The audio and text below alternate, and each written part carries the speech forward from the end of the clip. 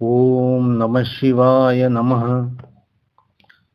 दोस्तों, आज इस वीडियो में हम लोग बात करेंगे सोम त्रयोदशी प्रदोष व्रत के बारे में। जैसे कि मैंने अपनी पिछली वीडियो में मैंने बताया था, रवि त्रयोदशी प्रदोष व्रत की कथा को आगे बढ़ाते हुए मैंने बोला था कि आज के दिन सोम त्रयोदशी प्रदोष व्रत के बारे में बताऊंगा। तो प्रारंभ करिए। श्री गणेशाय नमः। सूत जी बताने लगे, सोम त्रयोदशी प्रदोष व्रत से शिव पार्वती प्रसन्न होते हैं, व्रती के समस्त मनोरथ पूर्ण होते हैं। व्रत की कथा इस तरह है दोस्तों। एक नगर में एक ब्राह्मणी रहती थी। उसके पति का स्वर्गवास हो गया था। उसका अब कोई आश्रयदाता नहीं था, इसलिए प्रात होते ही वह अपने पुत्र के साथ भीख मांगने निकल पड़ती थी। भिक्षाटन यही वह स्वयं और पुत्र को पेट पालती थी। एक दिन ब्राह्मणी घर लौट रही थी तो उसे एक लड़का घायल अवस्था में कराहता हुआ मिला। ब्राह्मणी दयावश उसे अपने घर ले आई। वह लड़का विदर्भ का राजकुमार था।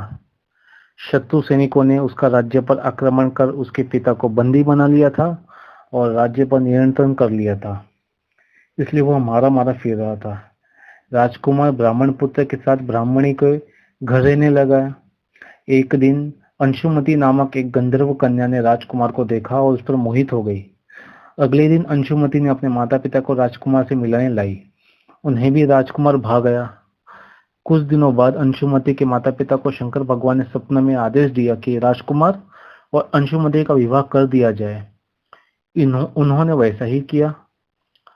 राजकुमार का और अंशुमति का विवाह करवा दिया उन दोनों ने, उनके माता पिता ने। ब्राह्मणी प्रदोष व्रत करती थी। उसके व्रत के प्रभाव और गंधर्वराज की सेना की सहायता से राजकुमार ने विदर्भ से शत्रुओं को खदेड़ दिया और पिता के राज्य को पुनः प्राप्त कर आनंद पूर्वक रहने लगा। राजकुमार ने पिता को भी बंदी गृह से निकाल दिया। राजकुमार ने ब्राह्मण पुत्र को अपना प्रधानमंत्री बनाया, क्योंकि ब्राह्मण पुत्र ने उन्हें आश्रय दिया था। जब वो शत्रु से मारा मारा फिर रहा था, पीड़ित था, तब उस ब्राह्मणी और ब्राह्मणी के पुत्रों ने ही राजकुमार को आश्रय दिया था और उनके आशीर्वाद से ही आज राजकुमार पुनः अपने राज्य में राजगद्दी पर बैठा हुआ है। और ब्राह्मणी को प्रदोष व्रत के महात्म्य से राजकुमार और ब्राह्मण पुत्र के दिन फिर गए। वैसे ही शंकर भगवान अपने दूसरे भक्तों के दिन भी फेरते हैं दोस्तों। तो दोस्तों, जो लोग प्रदोष व्रत का महात्मा जानते हैं उनको तो पता ही होगा, और जो लोग प्रदोष व्रत नहीं कर पाते तो वो ये कथा सुनने से भी उनको उतना ही लाभ होने की अपेक्षा है। अगली वीडियो में मैं आपको बताऊंगा मंगल त्रयोदशी प्रदोष व्रत के बारे में।